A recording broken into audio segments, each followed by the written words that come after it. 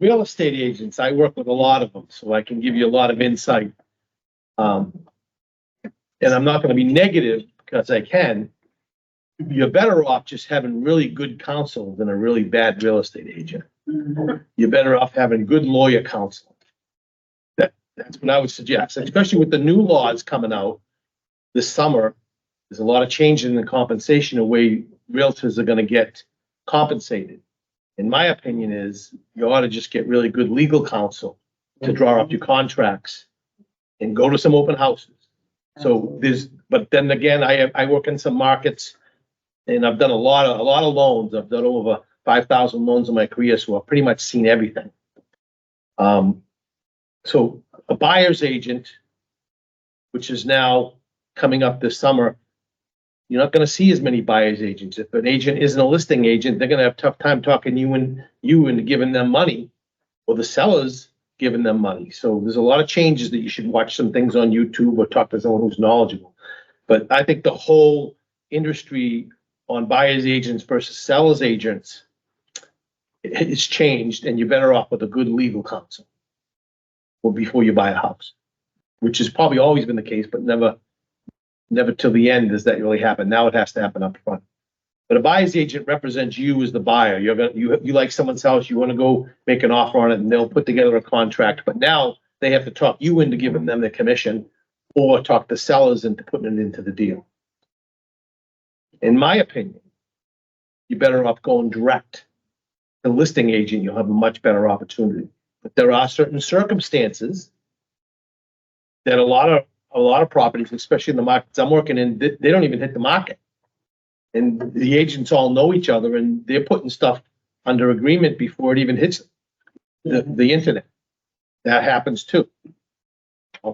So there's good buyers agents, there's good sellers agents that represent the sellers, but you just need to figure out how you're going to structure it and what you want to pay to get things done. Me personally, if I was going to buy a house in the greater, say, half hour from here, I just go to open houses and cut a deal with a lawyer behind me that can draw the contract up.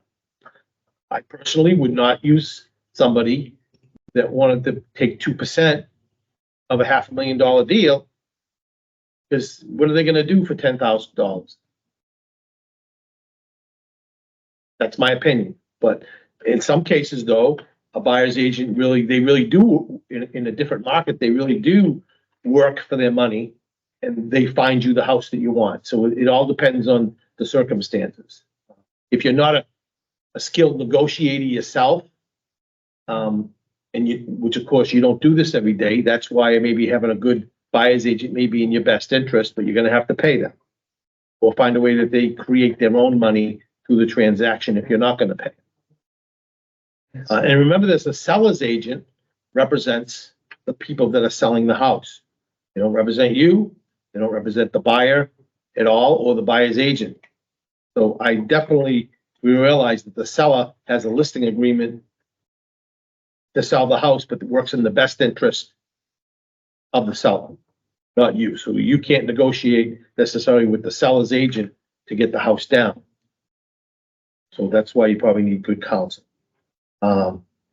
So a good realtor will evaluate the needs and preferences of you. Location. Realtors are really local. There's who has a problem finding a real estate agent? There's plenty of them. I'm one. Right? I'm one. Yeah, everybody is. And you might even disagree with I'm me. not here for that. You might disagree with me a little bit on some of my I'm like, what is she philosophy. talking about, Pete? What are you talking about? Most realtors know their locations. They know the listings. I have a few that I work with that work in just select areas, and they solicit 200-300 people every year, and they don't leave that location. Then there's other ones that branch out and have multiple towns, like tri-towns. But they're going to help you with the style of your home, what you're looking for, your wants and needs. Very important when you're buying a house with a realtor, when you're using a buyer's or a seller's agent, depending on which way you're going, to either direct to the sellers or the buyers, that you don't overbuy, because they get paid commission. They're going to try to sell you the biggest house they can. And you just got to remember, you got to plan on, what if something goes bad? What if a job gets lost? What if you have health issues? It happens. So you just don't want to overpay or overbuy and live the dream right away, especially if you're being a first time home buyer. Just to have a roof over your head and have appreciation. And I've owned 5 or 6 homes in my life, and I tell you, I've had 4 good ones and 2 bad ones. And I know what I'm doing. It still happens even if you know what you're doing. So I would say that to know the markets, and there's a lot of good information on YouTube regarding this. A lot of good information.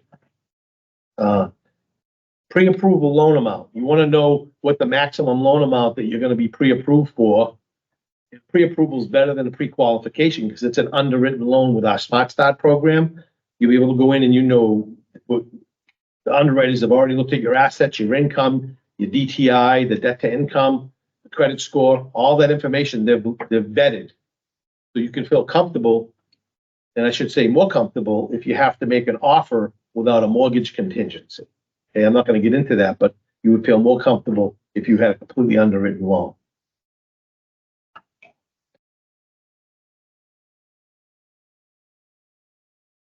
Role of the real estate agent is to help you find a home, making offers and negotiations. Offers are big. I mean, how much you're going to offer, what's going to be the down payment, what's going to be the closing time, things like that. So when you find that dream home that you want, you have to have someone construct the offer for you. The buyer's agent will do that, or the seller's agent will do it. But remember, they represent the seller. But that's where you're better off using a good counsel, good lawyer that you have.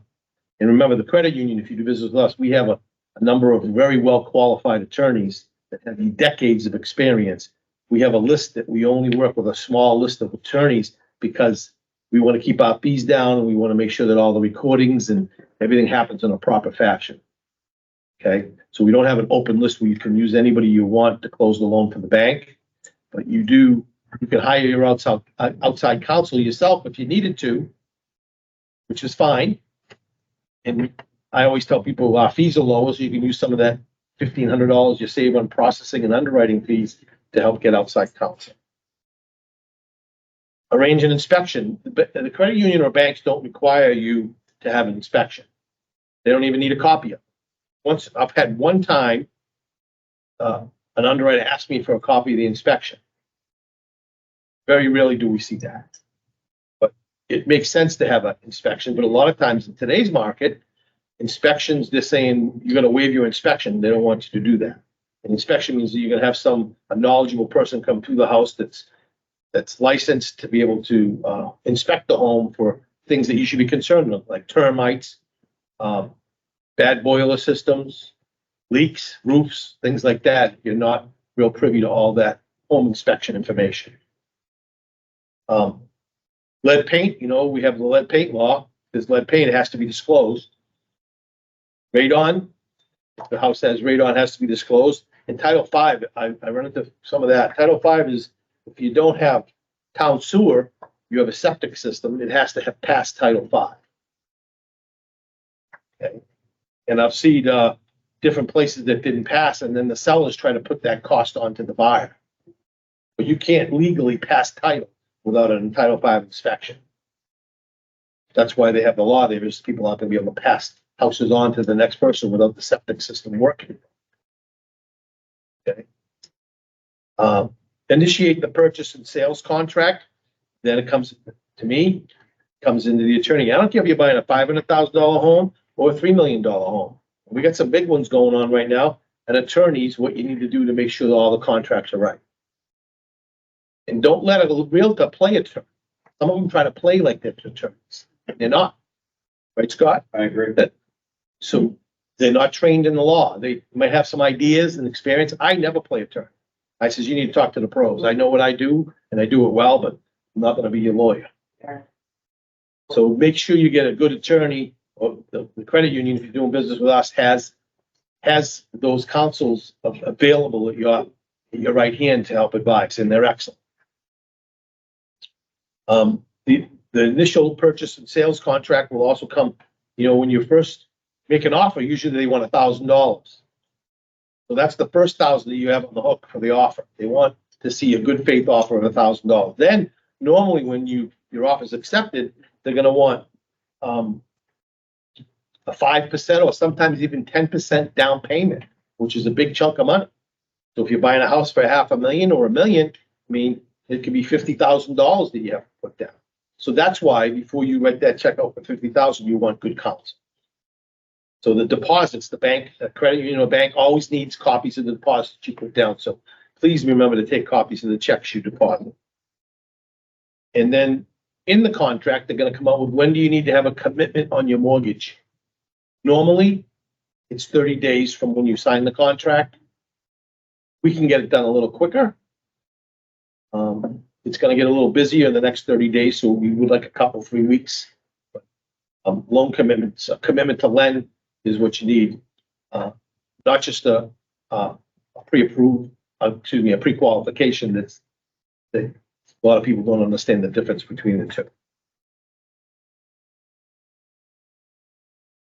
Is that the last one? I think that is. Hey, that was good. That was easy. Oh, no, I have one more. Yeah. Yeah. Role of the real estate agent. At the end of your closing, they have what they call a walkthrough.